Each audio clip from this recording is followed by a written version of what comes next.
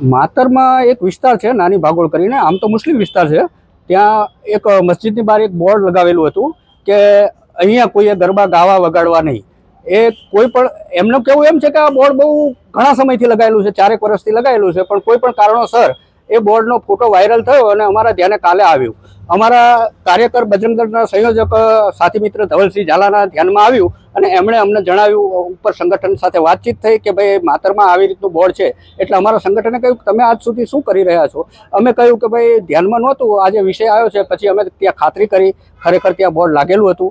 એ board લાગ્યા પછી અમે જોઈને ત્યાંના લાઈવ લોકેશન ફોટો સાથે પોલીસ સ્ટેશન આવી અને અમે બધા કાર્યકરો, લોકલ કાર્યકરોને એકત્ર કરી અને અરજી આપી કે સાહેબ, સંવૈધાનિક રીતે આ બોર્ડ ખરેખર યોગ્ય નથી, આ બોર્ડને હટાવો અને એની યોગ્ય કાર્યવાહી કરો. બોર્ડની ઉપર કાળો કલર લગાવી દીધો છે, એ પોલીસની કામગીરી છે, એ વસ્તુ 100% છે. પણ અમારા કાર્યકરો અને અમારા સંગઠન દ્વારા માગણી એવી હતી કે ભાઈ આની જે યોગ્ય રીતે કાર્યવાહી હોય એ તમે કરો. કેમ કે આ આપણું હિન્દુ રાષ્ટ્ર છે અને હિન્દુ રાષ્ટ્રમાં કોઈ પણ કાર્યક્રમની ક્યાંય આપણે રાષ્ટ્રીય રીતે કોઈ મનાઈ ના હોવી જોઈએ. અને આજે એમાંય ગરબો શબ્દ, ગરબો એ આપણી હિન્દુ સંસ્કૃતિનું એક સારામાં સારી વસ્તુ છે અને માતાજીની આપણે આરાધના ગરબા દ્વારા જ કરતા હોઈએ છીએ. એટલે ગરબા શબ્દના વિરોધના કારણે જ અમારે આ શબ્દ કરવો પડ્યો. અત્યારે કેવા પ્રકારની કાર્યવાહી? અત્યારે તો હાલ પોલીસ ફરિયાદ થઈ રહી છે. પોલીસે મુસ્લિમ સમાજના પંચના આગેવાનોને પણ બોલાવ્યા છે. હવે પોલીસને એમની સાથે શું વાત થઈ એ પોલીસને ખબર. તમારા દ્વારા ફરિયાદ દાખલ કરવામાં આવી ખરી? હા, અત્યારે હાલમાં FIR થઈ રહી છે અને અમારા બજરંગ દળ જિલ્લા વિભાગના સંયોજક ધવલસિંહ ઝાલા દ્વારા ફરિયાદ આપવામાં આવેલી છે. આ બોર્ડ સાહેબ આજનું નથી, લગભગ આશરે 5 થી 6 વર્ષ પહેલાંનું બોર્ડ લગાવેલું હતું. એનું કારણ એવું હતું કે જે હુસેની ચોક નાની ભાગોળ અને મોટી ભાગોળની મધ્યે આવેલું છે, બરાબર છે. હવે એમાં કેવું હતું કે સાહેબ, બહારથી જાનો આવતી હતી ને, તો ત્યાં એક હોલ પણ છે અમારા મદ્રસાનો, મુસ્લિમ સમાજનો, ફક્ત ને ફક્ત મુસ્લિમ સમાજનો. ત્યાં હિન્દુ સમાજનો કોઈ પણ દુકાન કે મકાન કે કોઈ આવેલું નથી, બરાબર છે. તો અમે અમારી આસ્થાના માટે ત્યાં કબ્રસ્તાન છે સાહેબ, એટલે આજુબાજુ 2 મોટા કબ્રસ્તાન આવેલા છે, લગભગ 2000 કબરો છે. એક મસ્જિદ આવેલી છે મોટી, એક દરગાહ આવેલી છે. એને લઈને અમારી લાગણી ના દુભાઈ, જેથી બહારના જે અમારા મુસ્લિમ સમાજના જે જાન લઈને આવતા હતા ત્યાં આગળ ઢોલ તાશા અને ગરબા રમતા હતા, જેથી કરીને અમે મૌખિક કહેતા હતા તો ઇસ્યુ ના ઊભા થાય. એના માટે એક જાહેર સૂચના માટે અમે એક બોર્ડ મારેલું કે ભાઈ આ જગ્યા ધાર્મિક હોવાથી, કબ્રસ્તાન હોવાથી કોઈએ અહીં આગળ ડીજે ઢોલ કે ગરબા ના રમવા, આવું અમે બોર્ડ લગાવેલું. બોર્ડ લખવાનો હેતુ માત્ર એટલો હતો તમારા મુસ્લિમ સમાજ માટે કબ્રસ્તાન છે એટલા માટે કે આજે કબ્રસ્તાન સ્મશાન હોય તો આપણે સાહેબ કોઈ પણ જાતનું ઢોલ નગારા કે આવું ના થાય સાહેબ. એ આખરી મકામ કહેવાય અમારા માટે. કેટલા સમય પહેલા? આશરે 5 થી 6 વર્ષ પહેલા બોર્ડ લાગેલું છે સાહેબ. તો એની પર કાળો કલર કેમ મારવાનો? કાળો કલર એટલા માટે કે ગઈ રાત્રે કંઈક અમને એવું જાણવા મળ્યું, સાહેબે અમને બોલાયા ભાઈ આ ઇસ્યુ થયો છે, બરાબર, કોઈક આવું ફોટો પાડીને મોકલ્યો છે ભાઈ ગરબા રમવાની ત્યાં ના છે. તો ત્યાં કોઈ એવો વિસ્તાર આવતો નથી, જાહેર માર્ગ નથી. અને બીજું સાહેબ, આપના માધ્યમથી એવું જણાવું કે એ હુસેની ચોકના મુસ્લિમ સમાજની ધાર્મિક અમારી જગ્યા આવેલી છે, ચોક આવેલો છે, તેના ઓલરેડી રેકોર્ડ ઉપર અમારા સાથે પુરાવા છે સાહેબ. તો અમારી જગ્યાની અંદર જ ફક્ત અમે બોર્ડ માર્યું છે કબ્રસ્તાનની દિવાલે. આપનો પરિચય, જે માતરની અંદર પોલીસ ફરિયાદ તમે દાખલ કરાવી, શું છે આખી વિગત? ધવલસિંહ ઘનશ્યામભાઈ ઝાલા, રહેવાસી વાવડી, બજરંગ દળ ખેડા વિભાગ સંયોજક. ઘટના એવી છે કે ગઈકાલે વોટ્સઅપના મારફતે અમને એક ફોટો મળ્યો હતો, જેની અંદર હતું કે માતર ગામની અંદર નાની ભાગોળ કરીને જગ્યા છે, એ જગ્યા ઉપર બોર્ડ લગાવ્યું હતું. એમાં દર્શાવવામાં આવ્યું હતું કે મદ્રેસા, મસ્જિદ અને દરગાહની આસપાસ તથા અહીંયા ગરબા ગાવાની અને વગાડવાની સખ્ત મનાઈ છે, જે અમને અયોગ્ય લાગ્યું. અને આ વિષયને લઈને અમારી ધાર્મિક લાગણી દુભાઈ છે. એના અનુસંધાને અમે ગઈકાલે અરજી કરી હતી અને આજરોજ અમે ફરિયાદ આપી છે. ફરિયાદમાં કોની વિરુદ્ધ આવી એવું કંઈ ખબર?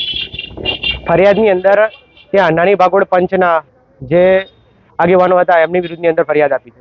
માતર પોલીસ સ્ટેશન વિસ્તારમાં જે માતર ગામ આવેલું છે, ત્યાં જ નાની ભાગોળ કરીને એક વિસ્તાર છે. નાની ભાગોળ વિસ્તારમાં એક દિવાલ ઉપર ત્યાંના જે નાની ભાગોળ મુસ્લિમ પંચ છે, એ પંચ દ્વારા અગાઉ જ્યારે અહીંયા કંઈક ગરબા કેવું કેવું થતું હશે એ અનુસંધાને એક બોર્ડ મારેલું કે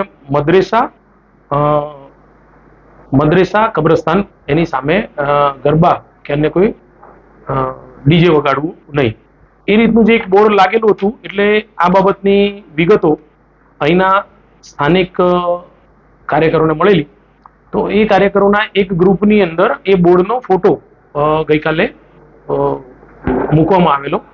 એ અનુસંધાને આ ફોટો જે એના હાલના જે ફરિયાદી છે ધવલભાઈ ઘનશ્યામભાઈ ઝાલા, કે જે પોતે વાવડી ખેડાના રહેવાસી છે, તેઓ પણ એ ગ્રુપમાં સભ્ય હોય, એમને પણ એ ગ્રુપના આ જે વિગતોની માહિતી મળેલી, એટલે એમને એના સ્થાનિક કાર્યકરોની પાસેથી ખાતરી કરાવેલી અને એ જે બોર્ડ છે એ બોર્ડનો ફોટોગ્રાફ ને વિડીયો પોતે મંગાવેલો. બોર્ડ પર જે ગરબા નહીં રમવા અને ડીજે નહીં વગાડવા જે વિગત લખેલી હતી તે તેઓને ધવલભાઈ પોતે હિન્દુ ધર્મના હોય, એમને પોતાના ધાર્મિક લાગણીઓ સાથે છેડા થતા કે ધાર્મિક લાગણીઓ દુભાતા તેઓ આ અનુસંધાને માતર પોલીસ સ્ટેશને આવેલા અને માતર પોલીસ સ્ટેશને તેઓએ આજે ફરિયાદ આપેલી છે. બોર્ડ જે છે એ બોર્ડની અંદર આ નાની ભાગોળ મુસ્લિમ પંચ દ્વારા લગાવવામાં આવેલું તેવી વિગતો લખેલી હોય.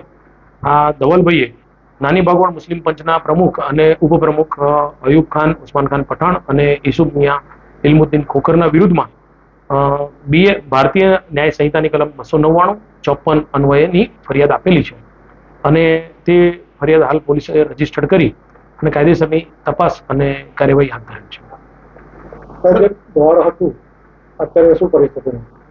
અત્યારે જોવા જઈએ તો હાલના તબક્કે એ બોર્ડ ઉપરનું જે લખાણ છે કે જે વિવાદાસ્પદ લખાણ હતું તે લખાણ સંબંધિત જે આગેવાનો છે તેના દ્વારા એને મિટાવી દેવામાં આવ્યું છે. My school is one such future-ready school where I understand each and every concept taught in the class and don't rote learn, where teachers don't just use books and blackboard to teach but use new ways of teaching and learning like audiovisual learning, activity-based learning and group activities which enhances my conceptual understanding. My school also teaches coding, which is an important 21st century skill. Not just that, I get an opportunity to showcase my skill on a national platform. And with all this, I acquire important skills that make me future ready and confident. Would you also like to know where is my future ready school? Visit now and see for yourself.